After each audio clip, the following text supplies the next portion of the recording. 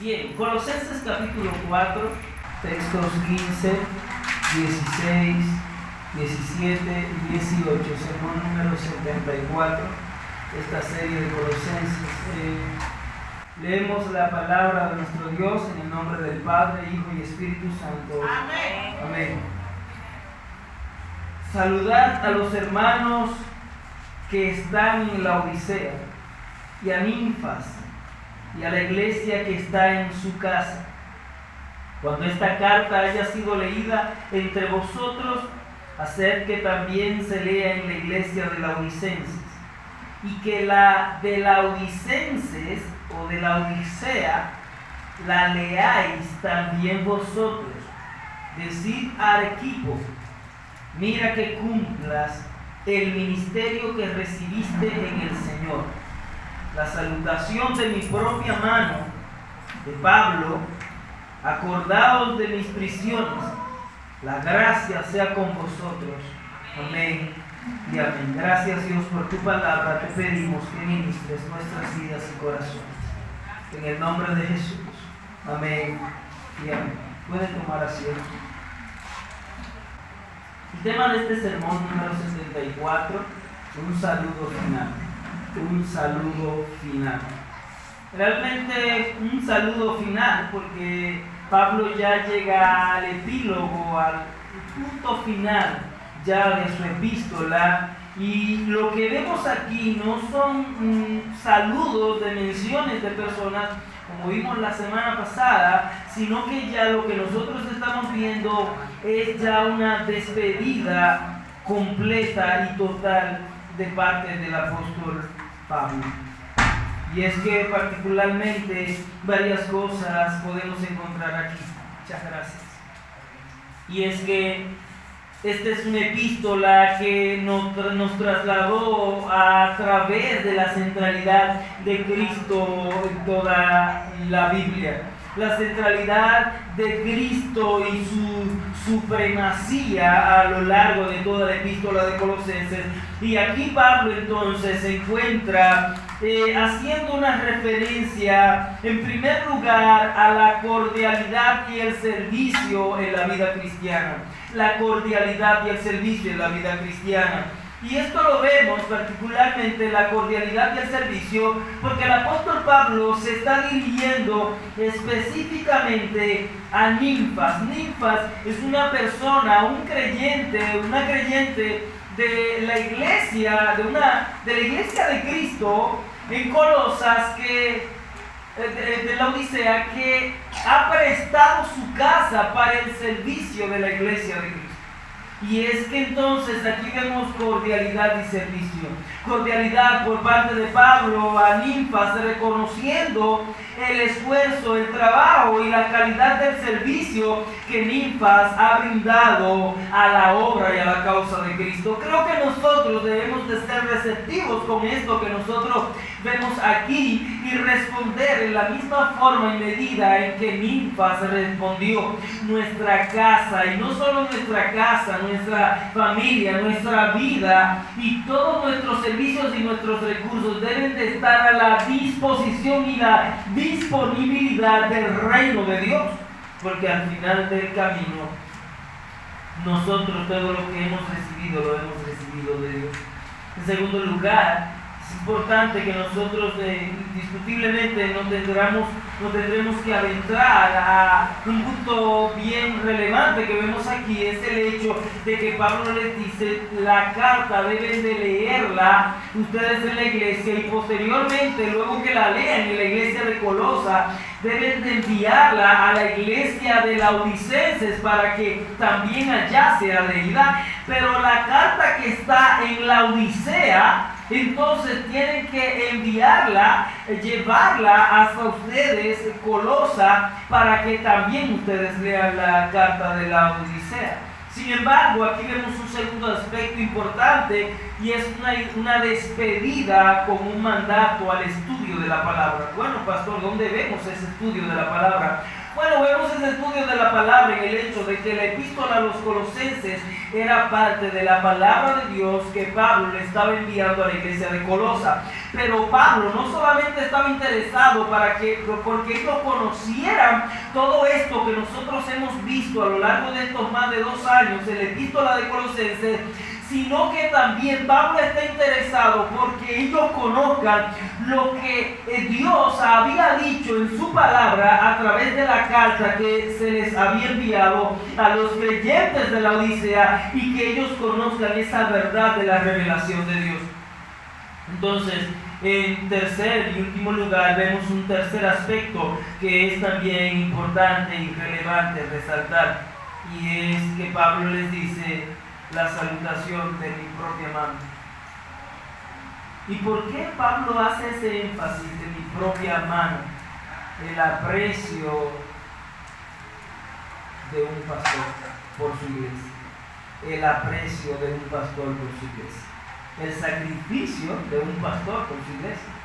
Bueno, es que Pablo es el pastor de la iglesia de Colosas, y aunque Epafras es el pastor del lugar que está puesto o ha sido puesto por Dios y por Pablo en la iglesia de Colosa, a pesar de ello, Pablo, al parecer, y se piensa que fundó la iglesia de Colosas, de no ser así, fue un padre y un pastor espiritual que alimentó y sirvió a esta iglesia. Entonces vemos este tercer aspecto, y bajo estos 3 aspectos entonces nos vamos a adentrar en este breve mensaje en la epístola a los Colosenses. Y es que el apóstol Pablo comienza su saludo final diciendo: saludad a los hermanos que están en la Odisea. Saludad a los hermanos que están en la Odisea. Bueno, Pablo está escribiendo a la iglesia que está en Colosa, pero tiene la oportunidad de enviarle una carta, una epístola a la iglesia de Colosas, y sin embargo, a pesar de que él está hablando a la iglesia de Colosas, había una preocupación en Pablo por la iglesia de los odicenses. Entonces, ven cómo Pablo está trabajando una situación. Pablo está tratando de resolver un conflicto de carácter teológico en la epístola a los Colosenses en la iglesia de Colosa, y sin embargo, a pesar de eso, él está preocupado también por la iglesia de la Odisea. Y esto mismo sucede en el corazón de un pastor. Un pastor puede estar orando por alguien y empieza a orar por un miembro de una iglesia local, o por la iglesia local en la que él pastorea, empieza a orar por la situación de un miembro, y automáticamente le empieza a llegar el siguiente miembro a la cabeza. Y muchos pudieron decir: ¿cómo un pastor puede recordar todos los nombres de los miembros de la iglesia local? Es que sencillamente ese sentido de dolor que Dios pone en el corazón de uno por las ovejas que él le ha dado a pastorear a uno empieza a orar por uno, y la cadena va una tras otra, llegando a la mente, a la memoria de uno, y uno va orando uno por otro, porque uno siente la preocupación por todos. Y entonces, en ese sentido, Pablo está intercediendo por la iglesia de Colosa, pero ya tiene en mente la iglesia de la Odisea. Y esto revela mucho acerca del corazón de servicio y sacrificio del apóstol Pablo mismo. Pero no solo esto, también el servicio y sacrificio de Ninfas. Y es que a Ninfas, a la iglesia que está en su casa. Bueno, investigando acerca de Ninfas, realmente la Biblia nos ofrece prácticamente casi nada o casi ninguna información respecto a Ninfas. Es aquí el único lugar a lo largo de toda la escritura donde aparece el nombre de Ninfas. Sin embargo, podemos ver aquí varias cosas. Y es que Ninfas había prestado su casa, había dado su casa para que la iglesia de Cristo pueda tener sus servicios de comunión, de hermandad y de adoración a Dios. Entonces hay varias cosas aquí que quiero apuntalar. En primer lugar, natural, Colosas es una colonia de Roma. De modo que por extensión, las mismas medidas tomadas en Roma estaban afectando de alguna forma u otra también en las casas y en las iglesias y en la vida cultural y social de Colosas. Esto implica que el cristianismo no era tan amigo del Estado en Colosas como tampoco lo era en Roma. En segundo lugar, es importante constatar que las casas de aquellas épocas no son como las casas de nuestros días hoy. De hecho, para esa época se construía una especie de cuadro completo, y entonces en ese cuadro completo, sin ninguna división, estaba la cocina, estaba la sala como un mueble y estaba también las camas, que no eran camas como tales, sino frisas que se tiraban en el piso para que las personas puedan dormir. De hecho, eran capas las que se utilizaban por lo general para las personas dormir. Por eso Jesús le dijo: el que te pide a ti el manto, dale también la capa. Y es que la capa era algo de lo que a nadie se le podía desproveer. No se le podía hacer esto. De hecho, en Deuteronomio nosotros vemos la ley donde el mismo Dios le dice a través de Moisés: si empeñas tu capa, la persona que te empeñe tu capa, al terminar el día, 6 de la tarde, debe devolverte tu capa, porque a nadie puede desproveérsele de su capa por todo un día, de un paso a otro, porque la capa se utilizaba para dormir. Entonces otros más sofisticados utilizaban especies de frisa, y ahí dormía la madre, dormían los hijos y dormía el padre. Entonces, por lo general, el padre dormía al principio hacia la esfera de la puerta, y la madre dormía al final, y los niños dormían en el medio.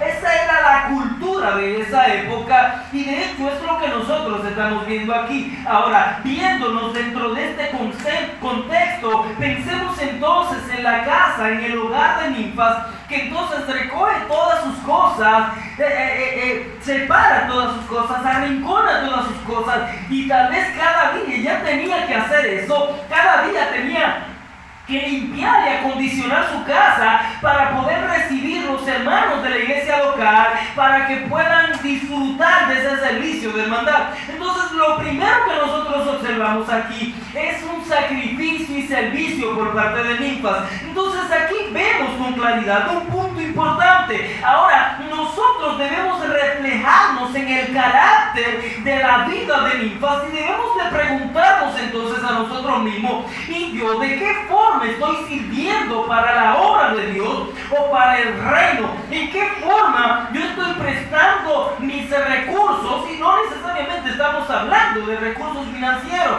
porque a veces nosotros pensamos que la iglesia es una especie de club donde yo estoy diezmando y estoy ofrendando cada semana y eso es suficiente. El pastor está hablando de recursos, pero yo estoy dando el dinero todos los días. Bueno, lo que sucede es que no podemos pagarle a alguien con tus diezmos y ofrendas para que salga a evangelizar. No podemos pagarle a alguien con tus diezmos y tus ofrendas para que venga a dar la clase bíblica. No podemos pagarle a un impío para que venga con una banda musical a cantar y adorar a nuestro Dios. Entonces, cuando estamos hablando de recursos, estamos hablando también no solo de los recursos financieros, sino de, así como ninfas puso los recursos materiales que ella tenía a su propia disposición. Y el mayor recurso que la iglesia necesita no es tanto dinero, sino también nuestras propias vidas. Nosotros somos el verdadero recurso que Dios quiere utilizar.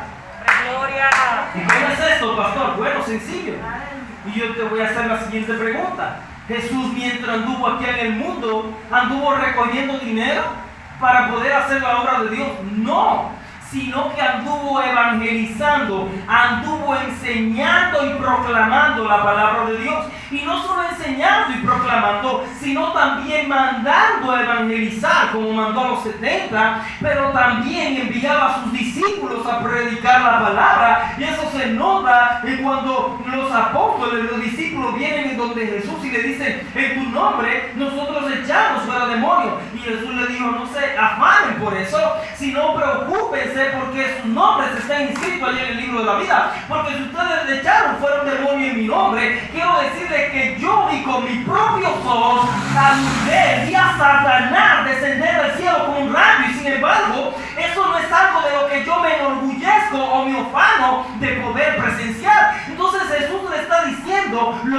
valioso es precisamente su salvación eterna.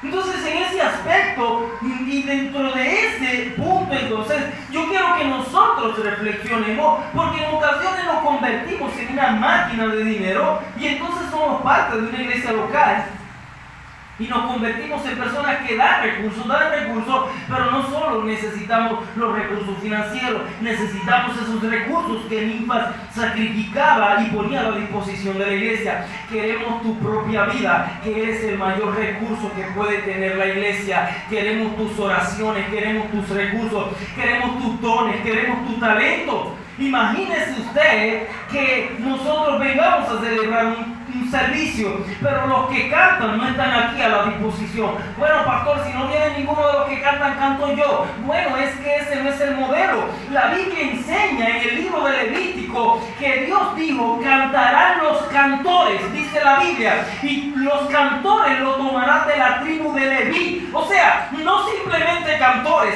además de que tomará solo los que cantan, los cantores, para que me canten a mí. Ellos van a tener que ser de la tribu de Leví. Por más hermoso que cante uno que sea de la tribu de Dan o de la tribu de Rubén, no podrá, sino que será de la tribu de Leví. Y de ahí sacará los cantores. David tenía 600 en una orquesta musical y esos 600 tocaban solo el arpa. Imagínense la orquesta musical que armó David para Dios, cuando solamente que tocaban el arpa habían 600. Esto es increíble, la excelencia para Dios en la adoración. Cuando nosotros vamos a la Escritura, nosotros no vemos improvisación para la adoración a Dios. No, y mil veces no. No vemos aquí, me imagino a los cantores de David, que ellos no se están secreteando y diciéndole, oye, me daba el rock, que la diste en sol. No es así. No, ellos estaban sincronizados. De hecho, la Biblia en el libro de los Salmos nos dice, el que toque el arpa, hacerlo bien. Dios quiere no solo que le adoremos, sino que le adoremos bien y con excelencia. Yo, claro está, no sé cantar para nada, bueno, en el baño de mi casa y trancado, pero Dios, si le dio a alguien la habilidad, el talento para cantar, se supone entonces que Dios quiere que tú cantes. Porque ese talento que tienes, esa habilidad que tienes, no es tuya, te la dio alguien. Y ese se llama Dios. Entonces Dios quiere nuestros recursos y nuestros talentos a su disposición, porque de Él son, y llegará un momento donde Dios dirá, ¿qué hiciste con lo que yo te di? Entonces, eso es la pregunta fundamental a la que nos lleva este cuadro que nosotros vemos en la vida de Ninfas. Sin embargo, si a Ninfas le tocara responder la pregunta ¿qué hiciste con lo que me diste? Ninfas le respondería a Dios, te di mis recursos, te di mi vida y aún mi propia casa para tu reino, tu obra y tu gloria. La gran pregunta es si nosotros responderíamos como pudiese responder Ninfas a Dios. Y es cierto que vivimos en una sociedad cada día más demandante, una sociedad donde cada día el tiempo laboral se extiende más y más, porque no se nos paga las horas de antes de nosotros ir a trabajar. Pero hoy tenemos que salir mucho más temprano de lo que salíamos antes, porque las calles están abarrotadas de vehículos y de gente. Para regresar también, nos pueden dejar libre a las 5 de la tarde y a las 7 de la noche muchas veces todavía la gente está en la calle por los entaponamientos. Todo eso lo comprendemos. Un tiempo más y más demandante, porque hoy hay más cosas que comprar, hay más cosas en las que invertir el dinero, hay más compromisos financieros. Cada día los colegios educativos suben más su costo, la canasta básica también sube su costo. Es cierto que cada día hay que trabajar más para poder costear el costo de la vida, valga redundar en ese aspecto. Todo esto lo comprendemos, pero yo quiero que nosotros reflexionemos con relación al tiempo que nosotros estamos invirtiendo para este mundo y para las cosas de este mundo, y el tiempo que nosotros estamos invirtiendo para aquel que nos ha creado y nos ha dado la vida y todo lo que tenemos. Esa es la pregunta que nosotros debemos hacer. ¿Dónde está Dios en nuestra cadena de prioridades? ¿Dónde se encuentra Dios? Esa es la gran pregunta. Nunca faltamos a nuestros servicios y compromisos laborales. Nunca faltamos. Nos levantamos con gripe y como quiera vamos a trabajar. Puedes levantarte a las 4:20 de la mañana para salir a tu trabajo y ¿sabes qué? Mojándote vas al trabajo. ¿Sí? Sencillamente a las 4:30 está lloviendo y voy para el trabajo. Yo no puedo escribirle a mi jefe y decirle está lloviendo. ¿Sabe por qué? Porque me responderá lo mismo que le he respondido a otros. ¿Cerramos la empresa porque está lloviendo? No. Entonces sencillamente le está diciendo tienes que venir o tienes una ausencia injustificable que va para el Ministerio de Trabajo. Entonces no hay tregua. Entonces, pero nosotros cumplimos con eso. No solo esto, vamos con el uniforme bien planchadito y bien adecuado para el trabajo. Y es insólito cómo nosotros respondemos a esos compromisos. Pero es absurdo la forma en que nosotros respondemos al compromiso de la iglesia. ¿Y sabes qué? Muchas veces no respondemos a los compromisos de nuestra disponibilidad al servicio a la iglesia, porque aquí no va a haber un jefe que nos va a decir, cerramos la iglesia. Aquí no hay un jefe que nos dirá a nosotros, te voy a amonestar si no vienes a trabajar. No tenemos un jefe que nos diga a nosotros, tienes que venir. No. Entonces, como la iglesia es un acto voluntario, entonces la iglesia y nuestro compromiso con ella revela hacia dónde está inclinada verdaderamente nuestra voluntad. Es una espada de doble filo. Porque cualquiera de los que están aquí dirían, bueno, si nos pusieran un poco más de presión, viniéramos aunque estamos cansados. Es un arma de doble filo. ¿Sabe por qué? Porque es cierto que es voluntario. Pero al final, el decreto de Dios final, la respuesta final de Dios, no va a ser voluntaria. Porque al final, Dios decidirá. Y Él lo hará por su voluntad, pero no por la suya. Segundo lugar, nuestra voluntad determina entonces si nosotros amamos o qué tanto amamos verdaderamente a Dios.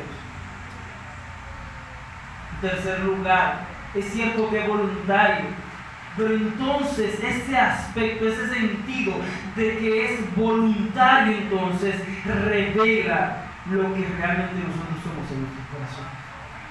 Y digo esto porque hay muchas personas, por ejemplo, que viven en un constante y supuesto avivamiento, constantemente viven hablando lengua, totalmente cada día y constantemente viven que prendido en Dios, pero son la gente que más faltan a los cultos, pero son la gente que más lengua hablan, son la gente que más tarde llegan a los cultos, pero son la gente que más lengua hablan, son la gente que son apasionados por Dios, pero por cualquier cosita faltan al templo. Entonces la verdadera pasión por Dios, el verdadero amor por Dios, la verdadera entrega por Dios, no se determina en hablar o no hablar lengua, se determina en un verdadero servicio y entrega a Dios sacrificialmente.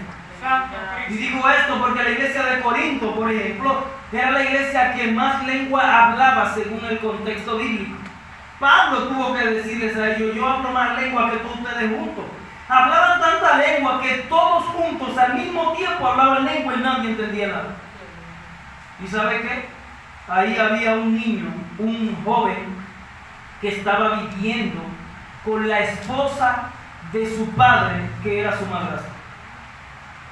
En la iglesia donde hablaba mucha lengua. En la iglesia donde hablaba mucha lengua, primera epístola a los Corintios, capítulo 11, habían personas que llevaban un cordero sazonado y asado para comérselo solo su familia. Esa era la cena del Señor. Y habían otros que llevaban un pan solo porque no tenían más nada y eso se comían. Y ellos egoístamente no participaban, no compartían con otros. Esa era la iglesia que hablaba mucha lengua. La iglesia que hablaba mucha lengua tenía varios partidos políticos. Unos decían yo soy de Pablo, otros decían yo soy de Apolo, otros decían yo soy de Cristo, otros yo soy de Cefas y demás. Esa era la iglesia que hablaba mucha lengua. Las lenguas no nos llevarán al cielo. Y no estoy en contra de hablar lengua. Hablar en lengua, eso es hermoso, es fascinante, cómo tu espíritu puede conectarse con el Espíritu de Dios. estoy convencido de eso, yo estoy consciente de esa realidad. El Dios operante antes es el Dios operante hoy. Yo lo comprendo esa verdad, pero yo quiero decirles algo. Nuestra voluntad revelará quiénes nosotros somos realmente. Y por eso la pregunta en esta mañana. Entonces Ninfas era alguien que había entregado su servicio. Cuando esta carta haya sido leída entre vosotros, haced que también se lea en la iglesia de Laodicenses, y que la iglesia de Laodicenses también la lean ustedes. ¿Qué quiere decir esto? Bueno,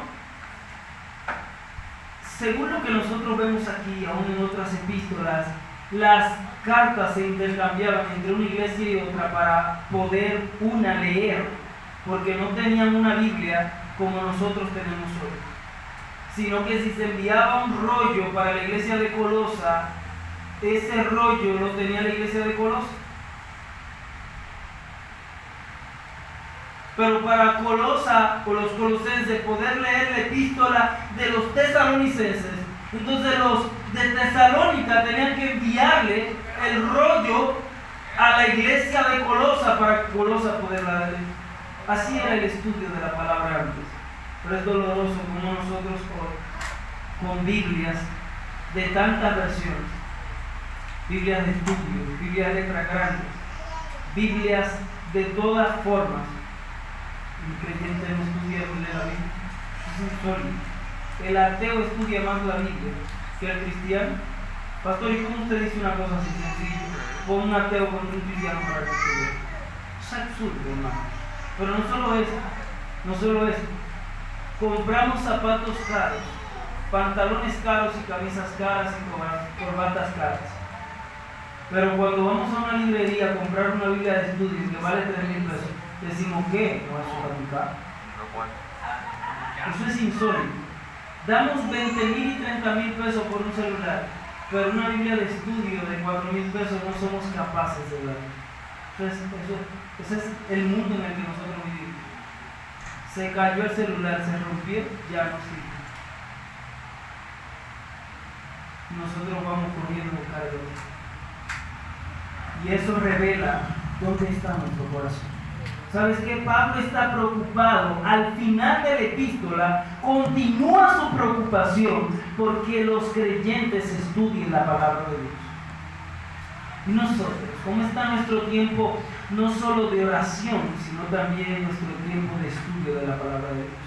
La palabra de Dios nos hace madurar, la palabra de Dios nos hace crecer, la palabra de Dios es la leche no adulterada que alimenta nuestra alma, es el pan que sacia el hambre de nuestra alma, es la palabra de Dios el agua viva que nos hace saltar para la vida eterna, que nos refresca el alma, es la palabra de Dios el fuego que puede quemar el corazón entenebrecido, oscurecido por el pecado, es la palabra de Dios el martillo que quebranta el corazón más duro, es la palabra de Dios el trigo que alimenta nuestra propia vida, es la palabra de Dios el río que nos lava cuando nosotros somos lavados en el agua por la palabra, es la palabra de Dios. Necesitamos la palabra, necesitamos ir a la palabra, ser instruidos por la palabra, ser formados por la palabra, ser preparados por la palabra. Es así, porque muchas de las iglesias toman decisiones totalmente desvirtuadas y fuera de la palabra, porque muchas veces se desconoce mucho de la palabra, se desconoce más de lo que se conoce. Iglesias, hermanos, donde la cena del Señor la toman incluso personas no cristianas, donde en una casa, una familia, sencillamente cogen vino y pan y comen y ya esa es la cena del Señor, pero ese no es el sentido, ese no es el significado bíblico, hermano. No, es que ustedes la han interpretado mal la Biblia. Señores, es triste lo poco que la iglesia tiene de la Biblia en su cabeza. Entonces tenemos que regresar a la palabra, tenemos que regresar a la palabra, y en ese sentido Pablo le está urgiendo a los creyentes que se preocupen por el estudio, el análisis de la palabra de Dios. ¿Y qué carta es de la que Pablo habla con relación a la iglesia de la Odisea? Bueno, no tenemos una epístola a los creyentes de la Odisea.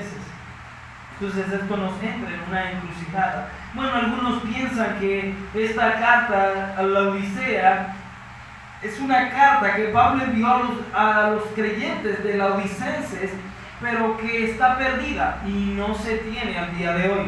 Bueno, otra postura es que se piensa que esta carta de la Odicenses es realmente la primera epístola a los tesalonicenses que fue enviada a los creyentes de la Odicenses y entonces debía de ser enviada nuevamente a los creyentes de Colosa. Bueno, otros piensan de hecho que esta es una carta personal de Pablo y entonces Pablo está urgiendo a que se les envíe a los creyentes de Colosenses. Bueno, realmente son muchas las posturas que han salido, muchas las ideas que han surgido detrás de todo esto. Desconocemos realmente qué carta sería esta porque la Biblia no nos aclara específicamente qué epístola es. Y no sería capaz de ir más allá de donde la Biblia es capaz o puede ir. Y en ese sentido, desconocemos todo esto, pero de lo que sí estamos claros es que Pablo está preocupado porque los creyentes estudien la palabra de Dios.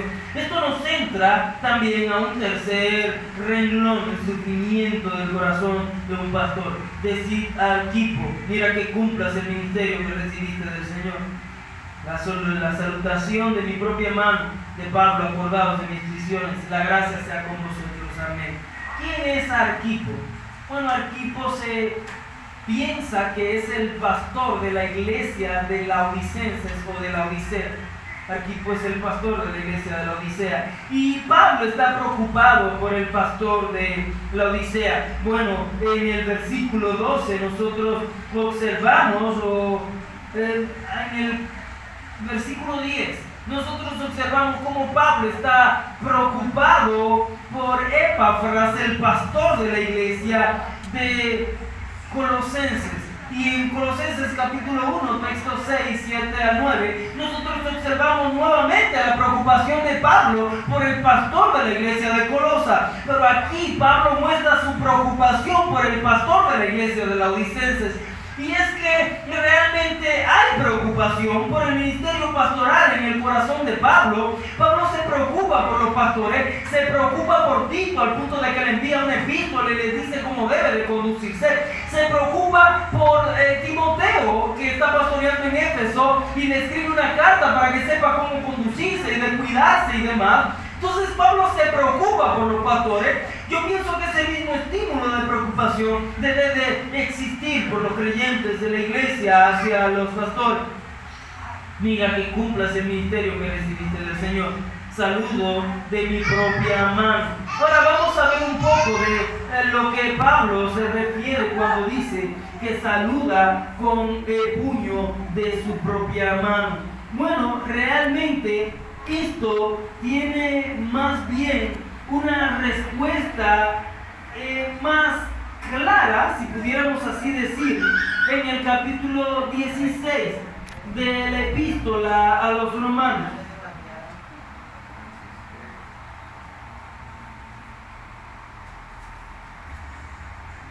¿Están conmigo?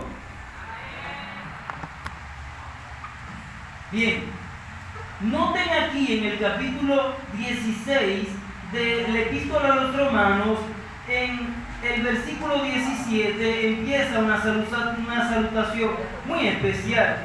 Y es que dice más: os rogamos, hermanos, a causa de las divisiones y los tropiezos contra la doctrina que habéis aprendido de ellos, porque tales personas no sirven a nuestro Señor Jesucristo sino a sus propios bienes, y con suaves palabras y usan engañosa los corazones de los ingenuos, porque vuestra obediencia ha venido a ser notoria a todos. Así que me gozo de vosotros, pero quiero que sepáis bien, ingenuos, para el mal y el Dios de paz aplastará en breve a Satanás bajo vuestros pies. La gracia de nuestro Señor Jesucristo sea con vosotros. Note ahí un saludo final. Luego empieza diciendo: os saluda Timoteo, mi colaborador, y Lucio, Jasón y Sosipater, mis parientes. Yo Tercio, escuche bien, yo Tercio, que escribí la epístola, os saludo en el Señor. ¿Qué significa esto? Bueno, significa que Pablo le está dictando la epístola a los romanos a Tercio. Tercio está escribiendo. Pablo está enviando saludos, pero entre los saludos no envía el saludo de Tercio, y entonces Tercio, escuchando a Pablo dictarle, y no dictarle el nombre de su propio nombre del que está escribiendo, entonces Tercio dice, bueno, espérate Pablo, os saluda Tercio también, quien escribe la epístola. ¿Y qué significa esto? Bueno, esto significa entonces, en resumen, que no todas las epístolas fueron escritas por Pablo en el sentido de escrita por su puño. Escuche, esto sigue siendo inspiración porque quien está dictando las palabras es Pablo. Segundo lugar, por esto nosotros observamos que como en Romano Tercio es quien escribe con su puño la epístola, aquí Pablo le está diciendo esta epístola en particular. Yo quiero que ustedes sepan que yo la he escrito con mi propio puño y letra. Gloria al nombre del Señor. Vive Cristo por los siglos. Pablo lo que está resaltando aquí es lo que ya había dicho su corazón anteriormente respecto a todo lo que hemos venido viendo en su salutación final y demás. Y aquí Pablo está diciendo, lo que ha sido escrito aquí han sido palabras expresadas de mi propio corazón y estampadas por mi propio puño y por mi propia letra. Este trabajo yo no se la he dejado a alguien más. Alguien más no ha sido mi escriba, no es alguien más que ha tomado la pluma y la tinta, sino que yo mismo he tomado la tinta, he tomado la pluma y he escrito lo que he escrito. Gloria al nombre del Señor. Vive Cristo por los siglos. Que Dios nos ayude a valorar el esfuerzo y el sacrificio que hacen muchos en su entrega y servicio para el reino de Dios. Gloria a Dios. Es triste y doloroso la última encuesta que se realizó sobre evangelización y misiones, que reveló que solo el 10% de los miembros de la iglesia evangelizan. Esto significa que una iglesia con 100 personas, 10 evangelizan. Una iglesia con 50 personas, 5 evangelizan. Una iglesia con 30 personas, 3 evangelizan. Tal vez esta no es la realidad en esta iglesia local, pero tal vez esa es la realidad. Y si es tu realidad, si es mi realidad, debemos de despertar ante esa realidad. Porque nosotros muchas veces queremos decir, yo quiero ser el Pablo del 2021. Ok, la gran pregunta es la siguiente: ¿qué tal tu entrega, pasión, devoción y sacrificio para el reino de Dios como lo hacía Pablo? Yo quiero ser el Pedro de esta generación. Ahora mi pregunta es la siguiente: ¿qué tal tu tiempo de entrega y sacrificio para el reino de Dios y para la obra de Dios? Entonces, muchas veces nosotros queremos ser esas personas porque queremos ser la gente que haga llover fuego del cielo. Queremos ser los Elías porque queremos ser los que degollen los falsos profetas. Queremos ser los Elías porque queremos ser aquellas personas que hagan emanar aceite en la vasija hasta que la llenen. Es cierto, queremos ser Elías por todo eso, pero tú quieres ser Elías porque quieres ser como Elías, un hombre de oración que pasaba hasta 12 horas orando a Dios. Tú quieres ser Elías porque ese era alguien que caminaba kilómetros de una ciudad a otra para llevarle el mensaje a una persona de salvación y redención. Queremos ser Pablo, es cierto. Queremos ser Pablo para resucitar a Tíquico. Queremos ser Pablo para ser grandes predicadores. Pero yo quiero hacerte una pregunta. Al igual que Pablo, has sido tú capaz de tomar la barca para trasladarte a otros lugares a proclamar el Evangelio. Al igual que Pablo, has entregado tu vida al servicio del reino y la obra de Dios.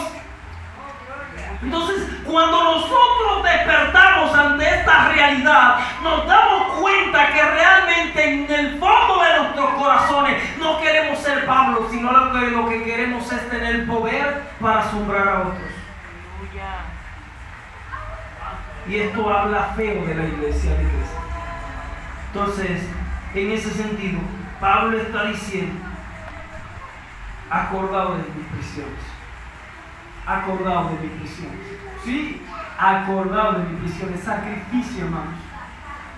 Y yo quiero decirte algo: no somos salvos por el sacrificio que nosotros hagamos para el reino de Dios.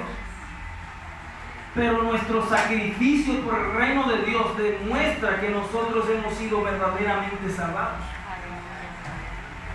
Entonces, ese es el punto donde nosotros queremos ir. Es el punto donde nosotros vamos a llegar.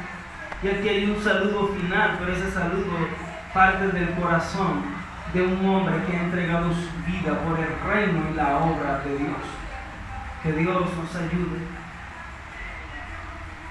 a ser personas entregadas y abnegadas, a darlo todo por Él, porque Él lo dio todo por nosotros. A que nosotros entendamos que la iglesia somos nosotros y avanzará con nuestros dones, talentos, habilidades y recursos. Ayúdanos, Dios, a ser hombres y mujeres comprometidos con tu obra y con tu reino. En el nombre de Jesús. Amén y amén. Gracias, Dios.